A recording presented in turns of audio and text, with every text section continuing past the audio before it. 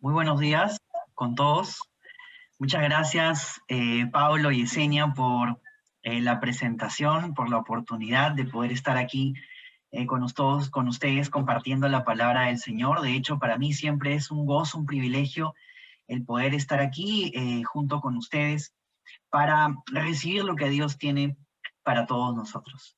Yo quisiera invitarles a que me acompañen en una oración hoy día, domingo de resurrección, agradeciéndole a Dios por la victoria que Él ha tenido, que Él tuvo sobre la muerte y por la vida que Él nos dio a través de este sacrificio que Él hizo por nosotros hace más de 2000 años. Vamos a orar al Señor. Gracias te damos, Señor, por tu amor, porque nos permites, Dios Santo, venir en este día, en esta mañana, delante de tu presencia, para darte las gracias por este grande sacrificio que tú hiciste por nosotros.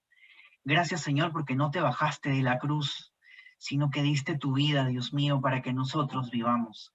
Diste tu vida para que nosotros tengamos vida y vida en abundancia.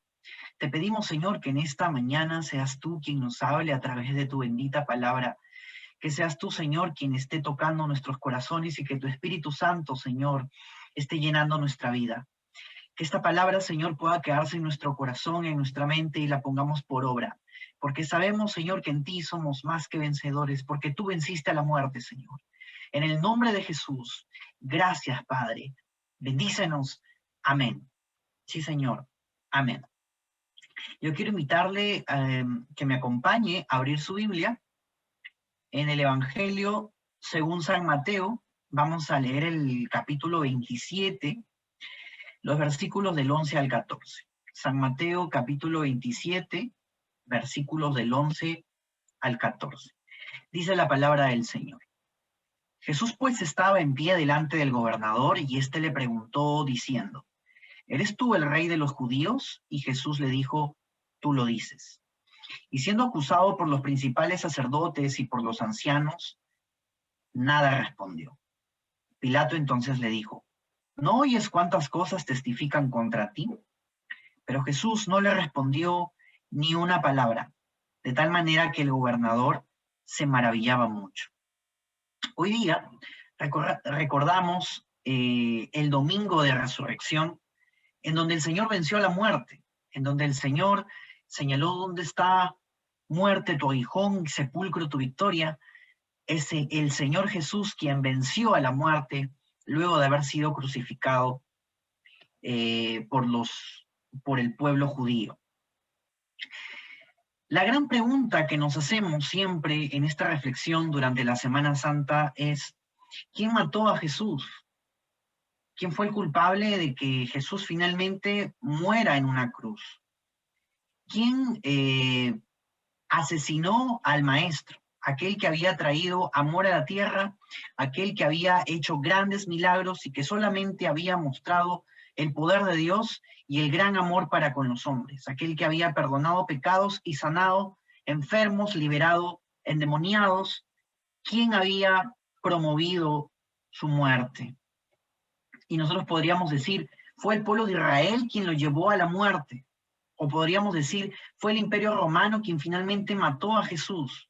O podríamos decir, fueron las circunstancias de rebelión que acechaban al Imperio Romano, que asustaron a los gobernadores y finalmente trajeron la muerte sobre Jesús. Pero si nosotros leemos lo que había pasado aquí, era que Jesús había sido acusado de conspiración. Jesús había sido acusado de ser el rey de los judíos. Entonces se lo llevan a Poncio Pilato y Poncio Pilato, quien había estado acostumbrado durante la época de Jesús a ver muchas personas que se rebelaban en contra del Imperio Romano, que ya había sacrificado a miles de supuestos mesías, uno más que llegaba a su patio y sobre el cual no encontraba de ninguna forma alguna culpa. Después de haberle interrogado, no le encontraba culpa. Se habían levantado falsos testigos, se habían levantado falsos testimonios. Unos decían que era el rey de los judíos, otros decían que él simplemente traía salvación y libertad del alma. Entonces, nadie se ponía de acuerdo. Por lo tanto, no había un testimonio unánime en contra de Jesús. sino que habían diversas posiciones. Por eso Poncio Pilato no lo encontraba culpable. Al no encontrarlo culpable, lo manda a donde Herodes.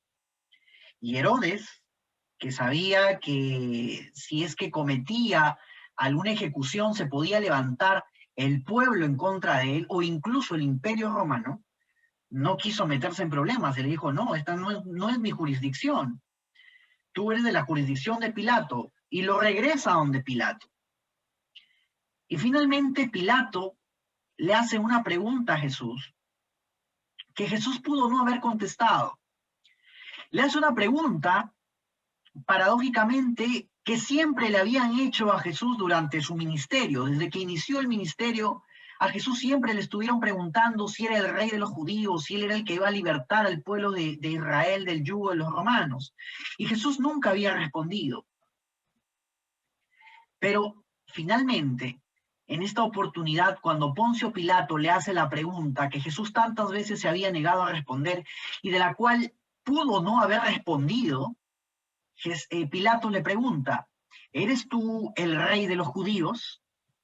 Y Jesús da una respuesta que finalmente fue la sentencia de su muerte. Jesús le dijo, tú lo has dicho, reconociéndose y autoproclamándose como el rey de los judíos. A pesar de ello, Pilato no encontraba una razón por la cual mandar a matar a Jesús. Entonces, siempre en aquella época, por aquellas fechas, siempre se solía soltar a un criminal por la Pascua. Entonces Pilato dijo, le voy a preguntar al pueblo de Israel si es que desean soltar a uno de los criminales más grandes de Israel, a una persona que ha venido asediando a Israel y causando muchos delitos. Pilato dijo, yo no creo que vayan a preferir a Barrabás, que es un peligro en las calles, a Jesús, que no ha hecho nada. Entonces Pilato le pregunta al pueblo de Israel, ¿a quién voy a soltar? ¿A Barrabás o a Jesús? Increíblemente el pueblo de Israel dijo, suelta a Barrabás. Y ahí se produce la famosa escena en donde Pilato se lava las manos y dicen que su sangre no sea sobre mí. Y el pueblo contestó, que su sangre sea sobre nosotros y sobre nuestras generaciones. Finalmente, Jesús fue a la cruz y muchas de las personas que lo habían seguido durante años pensaron que era el fin de todo. Cuando Jesús muere en la cruz, todos pensaron de que había sido un profeta más, un Mesías más de tantos aquellos que se habían levantado en la época de Jesús y que todo había terminado y que todo había acabado. Finalmente, los sueños de muchas personas comenzaron a morirse aquel Viernes Santo en la cruz del Calvario. Miraron cómo aquel maestro al que habían seguido durante 3 años, aquella persona que les había hecho grandes milagros, terminaba finalmente crucificado como cualquier ladrón en una cruz. Entonces ellos pensaron que allí terminaba todo. Pero Jesús, hermanos, había decidido morir. Él decidió morir. Él tomó la decisión de morir para darnos vida, para que nosotros podamos vivir y podamos tener salvación. Y aquel sacrificio tan grande que él hizo en la cruz hace más de 2000 años sirva para que hoy nosotros podamos acercarnos confiadamente ante el trono de Dios y señalar que estamos justificados por medio de la sangre de Jesucristo. Entonces él murió, él decidió morir para que nosotros tengamos vida. Y decidió morir en una de las maneras más crueles que existía en aquel entonces. La cruz del Calvario, la cruz era un instrumento de muerte, de ejecución que habían inventado los romanos, donde se padecía muchísimo y era el símbolo de terror en aquel tiempo, en el tiempo de Jesús. Morir en una cruz era lo peor que podía haber pasado o que podría pasar un ser humano. Morir en la cruz es algo era algo execrable, era algo abominable, era algo realmente despreciable. El morir en una cruz estaba destinado a las personas que se rebelaban contra el Imperio Romano, a las personas que eran de mucho peligro. Ese era el castigo y la condena, el morir en una cruz. Aquella persona en el tiempo de Jesús que veía una cruz, veía la muerte. Aquella persona que veía o le hacían la señal de la cruz era como una condena, era prácticamente una condena de muerte. Era un insulto muy grande el señalar una cruz. Es como que si les dijera hoy en día que la pena, que una forma de ejecución sería, por ejemplo, en algunos países, la silla eléctrica. ¿Cómo mira usted la silla eléctrica? Un instrumento de muerte, un instrumento de verdad, de angustia, ¿verdad? La silla eléctrica no representa de ninguna manera algún símbolo de paz, tranquilidad, armonía, de ninguna forma. O en el tiempo de la Revolución Francesa, cuando se utilizaba la guillotina, ¿se acuerdan de la guillotina? Algo similar, era un instrumento de muerte, así era la cruz. Como decir la silla eléctrica, como decir la guillotina. Era realmente un símbolo de temor hacia la humanidad. Pero el Señor decidió morir en la cruz y convirtió aquel símbolo de muerte, lo convirtió en un símbolo de esperanza, vida, para todo aquel que hoy en día mira una cruz.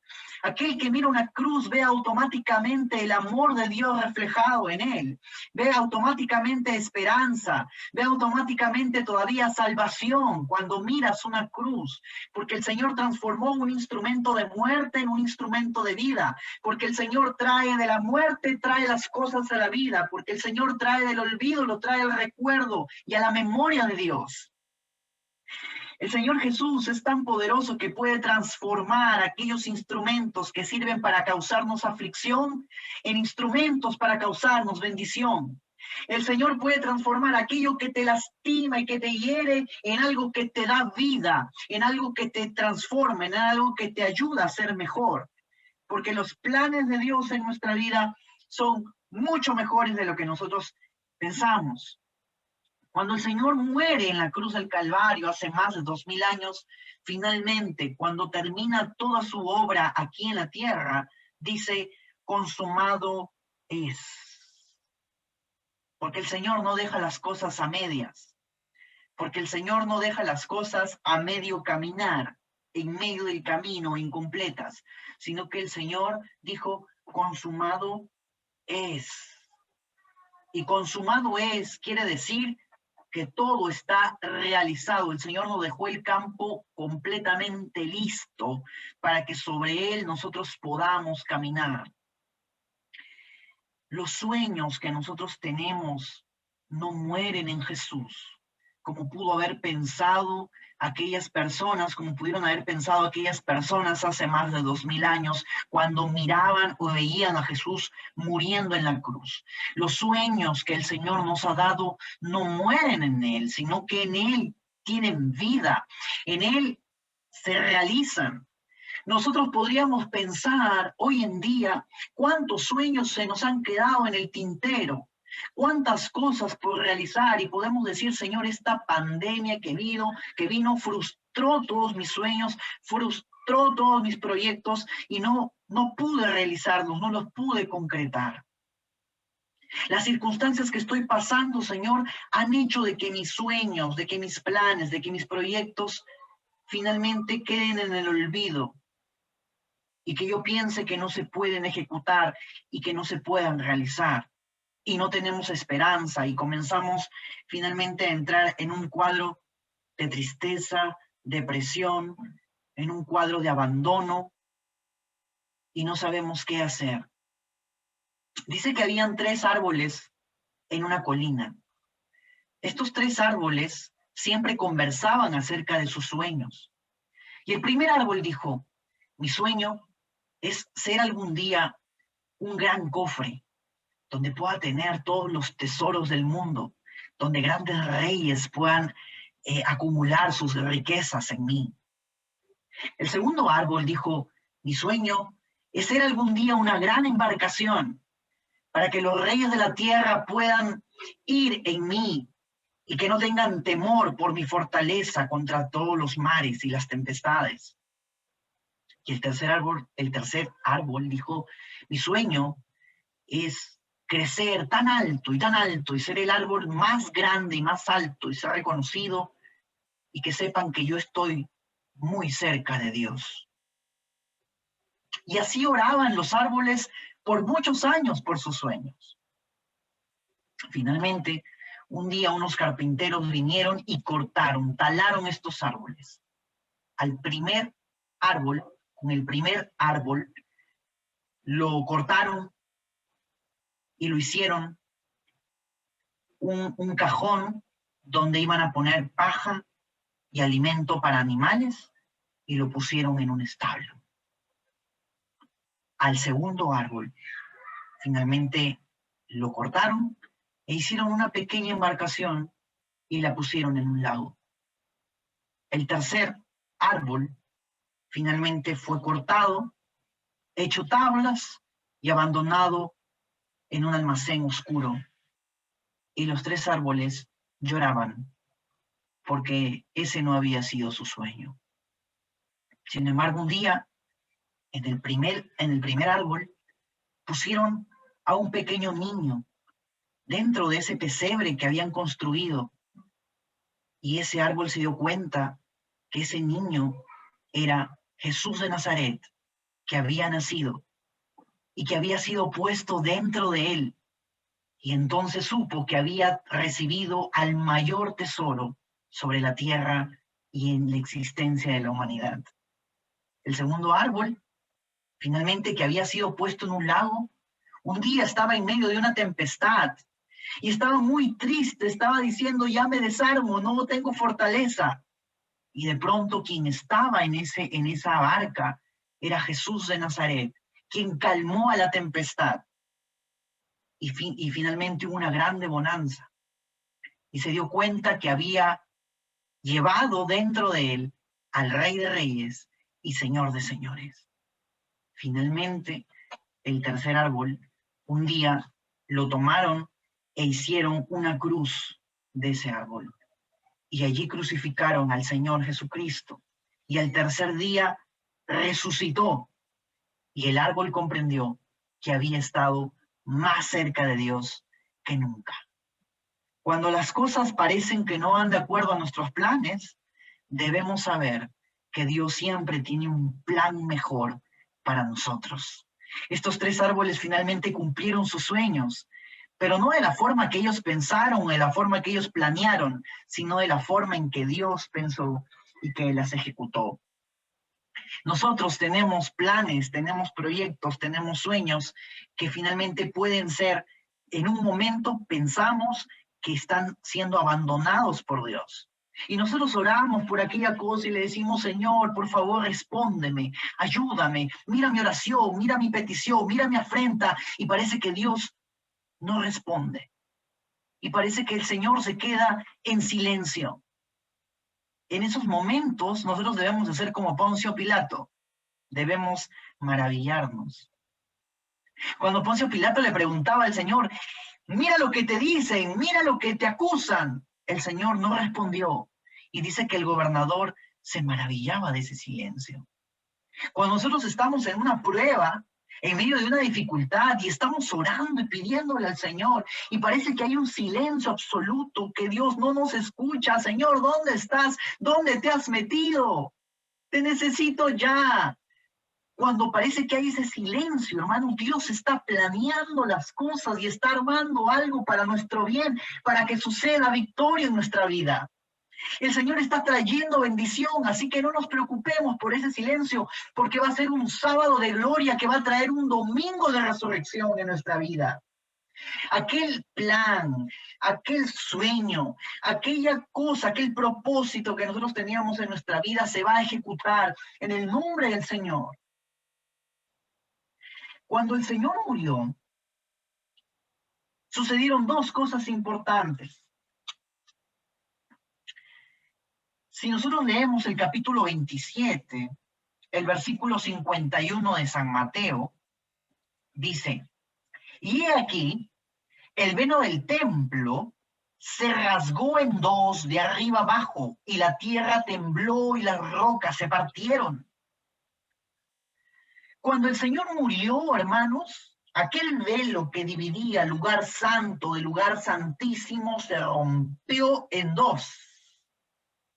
El templo, el tabernáculo que había sido diseñado en el tiempo de Moisés, se dividía en varias partes, y una de ellas era la división entre el lugar santísimo, donde estaba la misma presencia de Dios, y el lugar santo, donde estaban los sacerdotes. Había un velo grande que dividía este espacio, y nadie podía entrar más que el sumo sacerdote, una vez que se había purificado de todos sus pecados una vez al año. Pero cuando Cristo murió, rompió esa división, esa separación entre nosotros y el Señor mismo. Entonces rasgó el velo y nos permite entrar confiadamente ante su presencia, porque estamos justificados por la sangre de Jesús. Rompió ese velo, ya no hay más ese velo. Nosotros podemos acercarnos ante el Señor con toda confianza y decirle: Señor, ayúdame. Estoy aquí ante tu altar. Y estamos ante la misma presencia de Dios, porque se rompió el velo. Y en segundo lugar, algo que me sorprende cuando releía San Mateo 27, dice el versículo 52, y se abrieron los sepulcros, y muchos cuerpos de santos que habían dormido se levantaron. Y saliendo de los sepulcros después de la resurrección de él, vinieron a la santa ciudad y aparecieron a muchos. Esto es algo sorprendente, hermano, porque las personas que estaban en los sepulcros, muertas, olvidadas, enterradas, cuando murió el Señor, resucitaron, trajeron nuevamente, vinieron a la vida, los trajo de la muerte a la vida. Con la propia muerte del Señor Jesús dice que muchas personas que estaban en los sepulcros nuevamente vivieron, resucitaron en el nombre del Señor. Con la muerte de Jesús, tus sueños nuevamente resucitan en Él. Con la muerte y a través de su sangre, tus proyectos, tus planes resucitan en Él. Y el Señor trae vida y vida sobre esos sueños, sobre esos planes, sobre esos proyectos. Y recíbele en el nombre de Jesús en esta mañana, que el Señor resucita nuevamente aquello que tú creías que habías perdido, aquello que tú pensabas que estaba muerto, resucita en el nombre del Señor. Amén. El Señor trae esperanza nuevamente a través de su muerte y su resurrección. Y esto me trae mucho a colación y a la mente aquella profecía que el Señor trajo en Ezequiel capítulo 37, cuando trajo al profeta Ezequiel sobre un montón de huesos secos. ¿Cuántas veces nuestros sueños han quedado olvidados en el valle de huesos secos? ¿Cuántas veces aquel proyecto, aquel sueño, aquel plan que nosotros teníamos, lo hemos dejado rezagado y finalmente ha quedado olvidado en un valle de huesos secos? Cuando, podríamos decir, cuando éramos jóvenes, o cuando era joven, usted podría decir: yo tenía este sueño. Cuando era niño, tenía este sueño. Ha pasado la vida y finalmente no se ha realizado. Y finalmente estoy en un valle de desesperanza.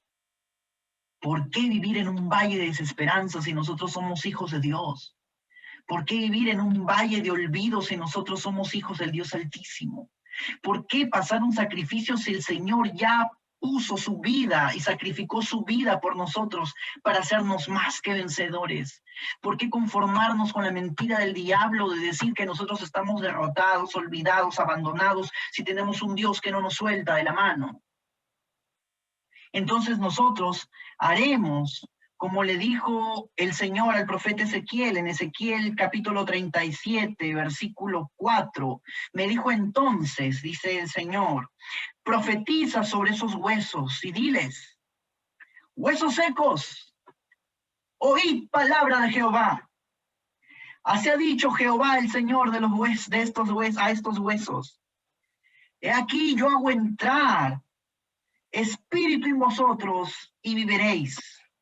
Y pondré tendones sobre vosotros, y haré subir sobre vosotros carne, y os cubriré de piel, y pondré en vosotros espíritu, y viviréis, y sabréis que yo soy Jehová. Eso es lo que el Señor nos dice en esta mañana. Sueños, sueños rotos, esperanzas olvidadas. Así dice el Señor. Yo voy a traer vida sobre ustedes. Y dice que el profeta así lo hizo. El versículo 7, profeticé pues, como me fue mandado. ¿Y qué es lo que pasó? Y hubo un ruido mientras yo profetizaba, y aquí un temblor, y los huesos se juntaron, cada hueso con su hueso. Y miré aquí los tendones sobre ellos, y la carne subió, y la piel cubrió por encima de ellos, pero no había en ellos espíritu.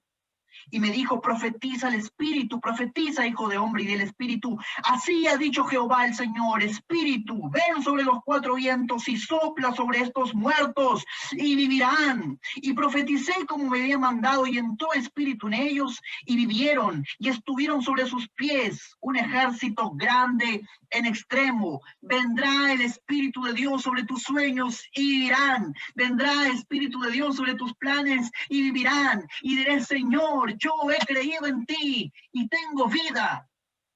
Estos sueños, estas esperanzas olvidadas, estos planes rotos, viven nuevamente a través del Señor y a través de su resurrección.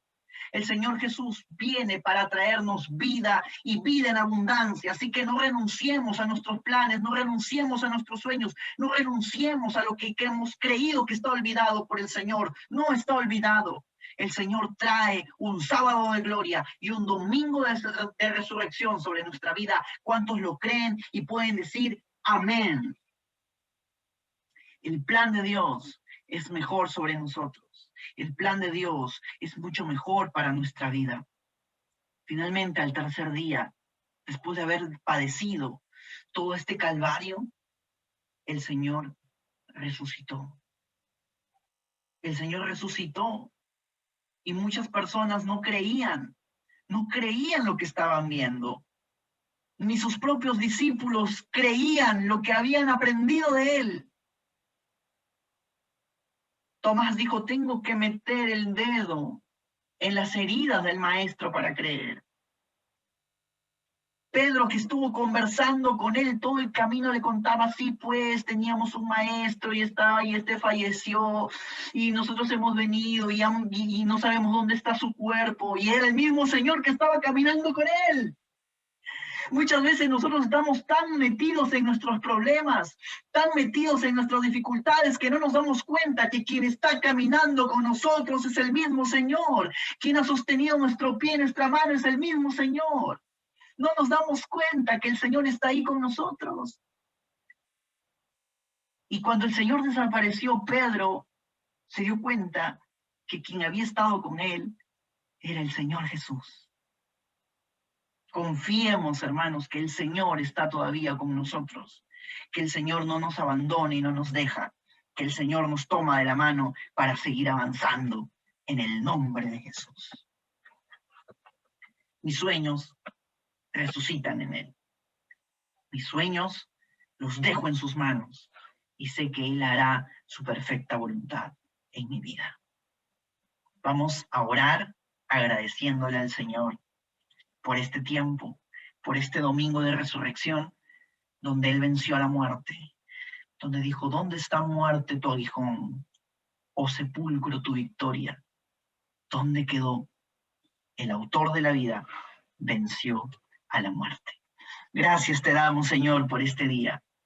Gracias, Señor, por esta mañana, este domingo de resurrección, Padre Santo.